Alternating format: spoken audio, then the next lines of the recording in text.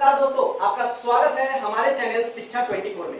आज मैं आपके लिए फिर से एक बहुत ही ज्ञानवर्धक टॉपिक टीडीएस एंड टीसीएस लेकर आया हूं और टीडीएस एंड टीसीएस के बारे में इस वीडियो में बहुत ही डिटेल में और कंप्लीट जानकारी मैं आपको देने का कोशिश करूंगा। तो आइए देखिए, वैसे तो मैं आपको बता दूं कि टीडीएस में भी आपको पता हो, लेकिन फॉर श्योर मुझे पता है कि इसमें से आप में से बहुत लोगों को टीसीएस को नहीं पता होगा। तो अगर आप टीसीएस के बारे में या फिर टीडीएस के बारे में इसकी महत्वता को जानने के लिए आप हमारे साथ इस वीडियो के अंत तक बने रहिए। बहुत ही छोटा वीडियो होगा, कोई बड़ा वीडियो नहीं होने वाला है। अगर आपने इस टॉपिक को देख लिया तो आगे, क्योंकि ये ऐसे टर्म है ना जो कि आपके हर कदम पे आप कहीं जॉब करोगे, कुछ भी करोगे, जहां भी टैक्स का बात आएगा, ये टर्म आपको परेशान कर सकती है। तो इसकी अंडरस्टैंडिंग आपके लिए बहुत जरूरी है।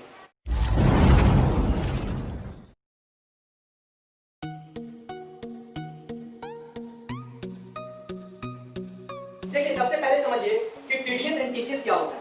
दोनों टीडीएस भी और टीसीएस भी दोनों क्या है कि टैक्स कलेक्शन का एक सिस्टम है। क्या है? टैक्स कलेक्शन का एक सिस्टम है। गवर्नमेंट ने टैक्स के एक तो टैक्स कलेक्ट करने के लिए, दूसरा टैक्स की चोरी को रोकने के लिए, कोई आदमी टैक्स का चोरी न कर पाए, इसके लिए इन दोनों कॉन्सेप्ट को लाया, जिसका नाम है टीडीएस एंड टीसीएस। देखिए, टीडीएस का फुल फॉर्म होता है क्या? Tax deducted at source. TDS का फुल फॉर्म क्या होता है? Tax deducted at source. तो आपको नाम से ही पता चल गया होगा कि टीडीएस का मतलब क्या होता है। मतलब कि आपको कोई अगर इनकम होने वाला है तो उसके सोर्स पे टैक्स काटो। देखिए, इनकम टैक्स ये क्या है? ये इनकम टैक्स से रिलेटेड है। TDS and TCS income tax का कॉन्सेप्ट है। इनकम टैक्स कलेक्ट करने का एक सिस्टम है, इनकम टैक्स की चोरी को रोकने का ये सिस्टम है। इसमें क्या होता है कि टीडीएस का फुल फॉर्म मैंने आपको बताया, टैक्स कलेक्शन एट सोर्स। जैसे कि कोई भी बंदा आपको पेमेंट कर रहा है, आप एक सैलरीड पर्सन है, मतलब कि आप कहीं पे जॉब कर रहे हैं और एम्प्लॉयर आपको सैलरी पेमेंट करता है, तो वो सैलरी आपके लिए इनकम है और उस इनकम को पे आपको इनकम टैक्स देना जरूरी है। तो सरकार क्या करती है कि आप छोटे बंदा, आप एक छोटा है, आपको पकड़ना मुश्किल होगा, तो गवर्नमेंट क्या करती है कि जो पेमेंट कर रहा है ना, उस पर एक रिस्पॉन्सिबिलिटी क्रिएट कर दिया कि हिंदुस्तान में कुछ रूल बनाया गया कि पेयर जब भी पे को पेमेंट करेगा तो उस पे वो टैक्स काट लेगा और गवर्नमेंट को दे देगा। देखिए, पहले समझिए कि टीडीएस का कॉन्सेप्ट क्यों आया। क्योंकि आप समझिए कि आप एक कंपनी में जॉब करते हैं, ये कंपनी है और ये कौन है? ये आप है। ये आप है और ये कंपनी है। कंपनी जब आपको पेमेंट कर रही है, क्या पेमेंट कर रही है? क्या? सैलरी। तो सरकार, गवर्नमेंट ने इसको क्या बोला कि भैया आपके ऊपर एक रिस्पॉन्सिबिलिटी है कि इस आदमी का टीडीएस आप काट लोगे। क्या करोगे? टीडीएस कट करोगे। अच्छा, ऐसा क्यों किया गया? क्योंकि गवर्नमेंट ने क्या देखा कि ये आदमी जो है ये कमा रहा है, इससे टैक्स, ये पता नहीं इनकम टैक्स रिटर्न फाइल करेगा नहीं करेगा, टैक्स देगा नहीं देगा, भाग जाएगा। हम इसको पता करने अगर गए तो हिंदुस्तान में बहुत छोटे छोटे लोग हैं, पता करने में बहुत खर्चा भी आएगा और बहुत ज्यादा टाइम भी वेस्ट होगा। तो इनसे कैसे पैसा निकाला जाए? उन्होंने बोला एक कॉन्सेप्ट लाते हैं टीडीएस का। क्या करेंगे कि जो कंपनी, ये कंपनी बड़ा है, इसके पास पैन नंबर भी है, हर जगह इसका रजिस्ट्रेशन भी हो रखा है, इसको पकड़ने में मुझे बहुत आसानी होगी। तो गवर्नमेंट ने क्या किया, इसके ऊपर रिस्पॉन्सिबिलिटी क्रिएट कर दिया कि इस बंदे को जब भी आप पेमेंट करोगे तो इस पे आप क्या काट लोगे? टीडीएस काट लोगे।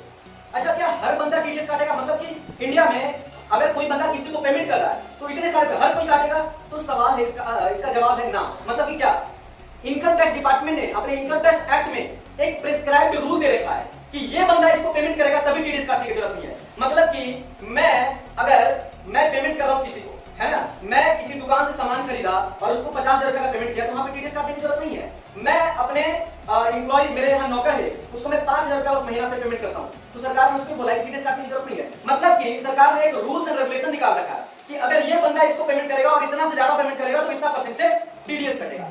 यानी कि ये रूल जो है, ये रेट है, आपको जानने की जरूरत नहीं है क्योंकि ये बहुत ही लंबा चौड़ा है। अगर मैं पढ़ाने पे आ जाऊं इस पे बहुत लंबा लेक्चर जा सकता है, तो उतनी बातें आपको नहीं जानी। जानना क्या है कि टीडीएस क्या होता है। देखिए, फिर से मैंने बता दिया, रूल्स रेगुलेशन आपको नहीं पढ़ना, बस इतना जान लीजिए कि टीडीएस का कॉन्सेप्ट क्या होता है। अब मैं आपको एक एग्जांपल के जरिए पूरा टीडीएस का कॉन्सेप्ट, यानी ये जो पॉइंट मैं बताने जा रहा हूं, डायग्राम के जरिए बताऊंगा, वो बहुत ही इंपॉर्टेंट है। तो आप इसको ध्यान से देखिए, इसके बाद आपको पूरा टीडीएस समझना है। देखिए, डायग्राम के जरिए आपको टीडीएस का मतलब समझाने की कोशिश कर रहा हूं। ये कंपनी है और ये क्या कौन है? बेचारा एम्प्लॉय, ये इसके यहाँ नौकरी करता है, तो जाहिर सी बात है कंपनी इसको सैलरी देगी। तो कंपनी ने इसको क्या दिया?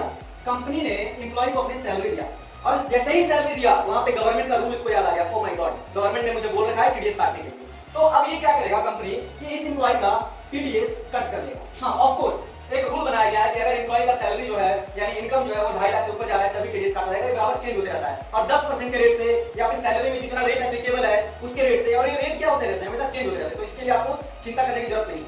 अब देखिए, कंपनी ने एम्प्लॉय को सैलरी दिया और टीडीएस काट दिया। अब क्या होगा? सपोज दैट कि 10 लाख रुपए का सैलरी दिया और 1 लाख रुपए का टीडीएस काट दिया, मतलब कि नेट में एम्प्लॉय को कितना पेमेंट किया? 9 लाख रुपया। यानी कि एम्प्लॉय का 1 लाख रुपए कौन रख लिया? कंपनी रख लिया टीडीएस के नाम पे। कंपनी एम्प्लॉय का 1 लाख रुपया रख टीडीएस के नाम पे। अच्छा, अब कंपनी इस पैसे को क्या करेगी? गवर्नमेंट ने बोल रखा है कि आप जो है मेरे को जमा करा दीजिए, तो कंपनी क्या करेगी कि ये पैसा 1 लाख जो है वो गवर्नमेंट को जमा करा देगी, लेकिन किसके नाम पे? ये जो मिस्टर एक्स है, मिस्टर एक्स के नाम पे। तो जब गवर्नमेंट के पास अब पैसा आ गया 1 लाख, लेकिन किसके नाम पे आ गया? मिस्टर एक्स के नाम पे। अच्छा, अब जो एम्प्लॉय है मिस्टर एक्स, वो क्या करेगा? इनकम टैक्स रिटर्न का ड्यू डेट आ गया है, इनकम टैक्स रिटर्न का ड्यू डेट आ गया है। अब ये एम्प्लॉय क्या किया कि अपना पैन नंबर डालकर इनकम टैक्स के साइट पे लॉगिन किया और देखा कि ओहो मेरे नाम पे तो ऑलरेडी गवर्नमेंट के पास 1 लाख रुपया जमा है। मतलब कि गवर्नमेंट के पास जैसे लॉगिन करेगा तो इसको लॉगिन के डिपार्टमेंट में आता है 26A। जब ये 26A खोलेगा तो देखेगा कि मेरे कंपनी ने मेरे बिहाफ में गवर्नमेंट को 1 लाख का टैक्स जमा करा दिया है।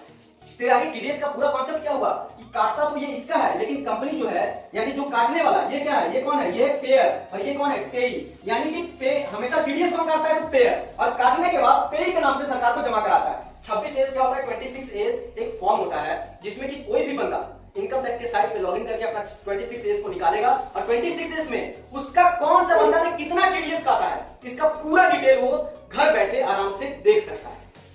ठीक है, अब देखिए कंपनी जो है और ये एम्प्लॉय जो है। अच्छा देखिए अब क्या करेगा? अच्छा, ये कंपनी जब इसका टीडीएस काटेगा तो टीडीएस काटने के बाद एक देता है फॉर्म 16, जिसमें की डिटेल देता है कि हाँ भैया आपको मैंने इतना पेमेंट किया और इतना मैंने टीडीएस काट लिया। तो दो टेक्निकल टर्म थे 26A और फॉर्म 16। इसका मतलब उम्मीद है कि आपको इन दोनों का मतलब समझ में आ गया। तो कुछ एग्जांपल देता हूं, जैसे कि सेक्शन मैं बता रहा हूं इनकम टैक्स एक्ट का 192 है, 194C है, 194J है या फिर 194H है। देखिए ये मैं कुछ एग्जांपल दे रहा हूं, वैसे तो बहुत सारे टीडीएस में सेक्शन है, मतलब कि बहुत सारे रूल्स रेगुलेशन किसको काटना है, इतना काटना है, ऐसे काटना है। ठीक है, 192 अगर मैं बात करूं तो सैलरी कि कोई भी बंदा अगर किसी को सैलरी पेमेंट कर रहा है तो उस पे टीडीएस काटेगा एप्लीकेबल रेट से, मतलब कि जो रेट उस पे इनकम टैक्स का एप्लीकेबल है। फिर 194C है कॉन्ट्रैक्टर, बोलता है कोई भी अगर कॉन्ट्रैक्टर को पेमेंट करेगा तो 194C में टीडीएस काटेगा और इसका है रेट 1% या फिर 2% का रेट है। ठीक है, ये आप देख लीजिएगा। 194J प्रोफेशनल पेमेंट, बोलता है कि अगर 30,000 से ऊपर का पेमेंट किया है किसी प्रोफेशनल बंदे को, 30,000 से किसी जैसे कि सीए, इंजीनियर, वकील, इन सब डॉक्टर, इन सबको कोई पेमेंट किया गया है तो 10% के रेट से 30,000 से ऊपर का किया है तो होगा। ये इंटरेस्ट अगर आपको सेविंग बैंक पे एफडी पे बैंक आपको इंटरेस्ट दे रही है तो वो भी 10% के रेट से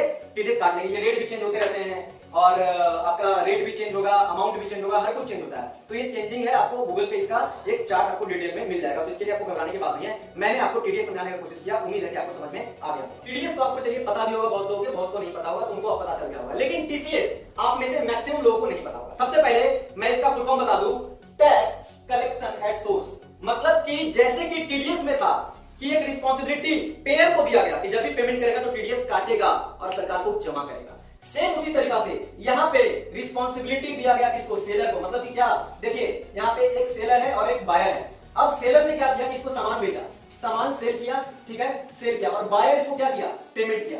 तो सरकार ने बहुत ही लिमिटेड आइटम, टीडीएस में तो बहुत सारे आइटम है, मतलब कि लगा लीजिए 60-70 रूल एंड रेगुलेशन है। इन टीसीएस बहुत ही लिमिटेड कॉन्सेप्ट है। इनफैक्ट 7 आइटम पे ही टीसीएस कलेक्ट करना है। पहले इसके प्रोसीजर को समझिए कि टीसीएस कैसे होता है। सेलर ने सामान बेचा, बायर ने खरीदा और बायर ने पेमेंट किया।